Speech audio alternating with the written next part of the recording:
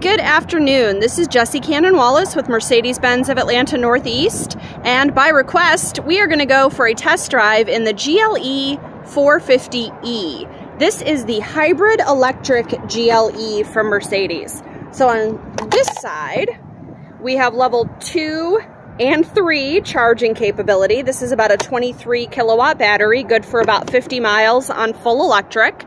And then on the other side of the vehicle, we have the gas door, which my assistant conveniently depressurized for me from inside. That's a trick on the hybrids. You have to remember to open it from the driver's door.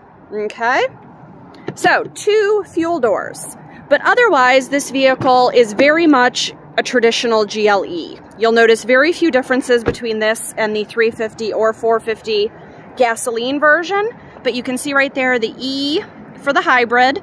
It's the 4-cylinder out of the GLE450, but significantly more horsepower and torque. Base price is $69. This particular one with AMG line and exclusive trim is $82. And you can see right here, 48 miles electric only. And then it can mix and match gas and electric depending on your needs. So depending on how fast you're going, how much power you need, it can switch between modes, and that's what we're going to demonstrate. So we will get inside the car and take it for a quick test drive. All right. I have an assistant with me to drive so that we can do this safely. So we are already on. We are in full electric mode. You can see right there, EL and drive. So it is completely silent.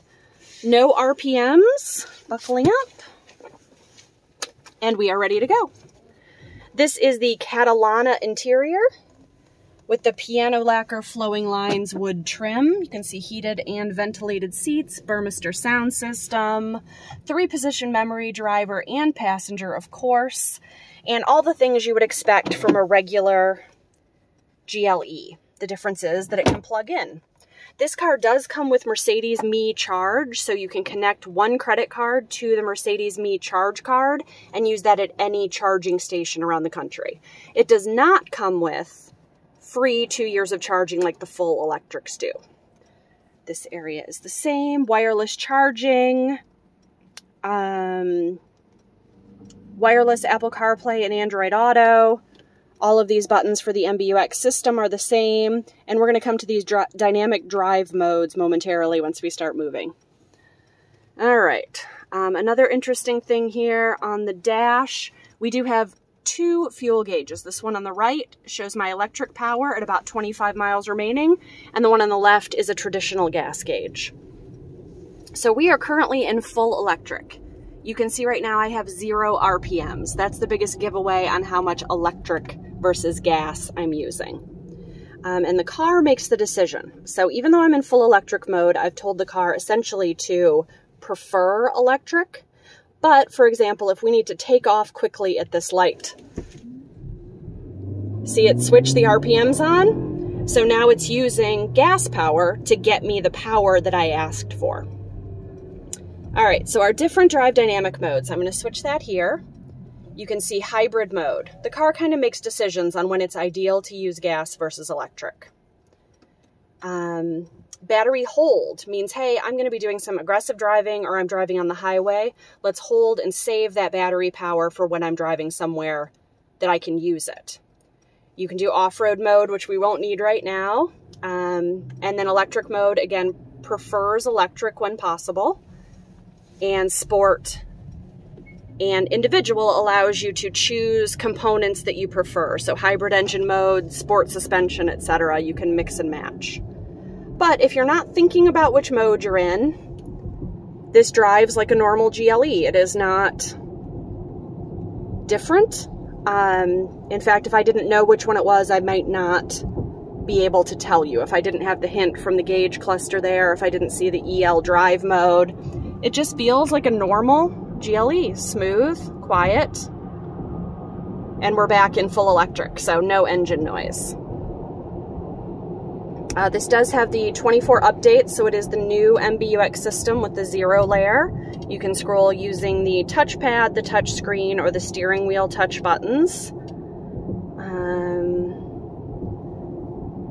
I don't think there are any specific electric features in the settings that I can think of. You have the little EQ screen. The EQ screen. There we go. So you can see how much power you have remaining, what your charge level is, if you're allowing fast charging, and then if we come up to energy flow, we can see where that power is coming from. The EQB has a screen very similar to this that I really enjoy watching with customers.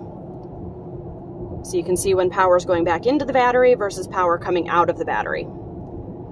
So with this battery, again, being give or take 23 kilowatts, you can charge that level 1 charging, your home charger, your 115 volt outlet, your regular house charger, should be able to charge that in give or take 12 hours. So this is the only one of our electric cars I would say you might not need to install a wall box or a 220 outlet.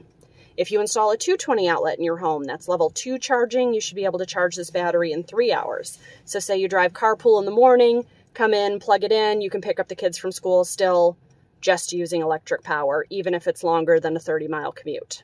And then level 3 fast charging, which is unusual for a hybrid. Most hybrids will only allow level 2 charging. Level 3 charging would charge this car in minutes. I mean, the difference between 80% charged and 100% charged will take a little bit longer. It can't stuff that power into the battery so quickly, but you should be able to fully charge this in well under 30 minutes. All right, so we're going to make a turn into the sunshine, and I'm going to end this video here.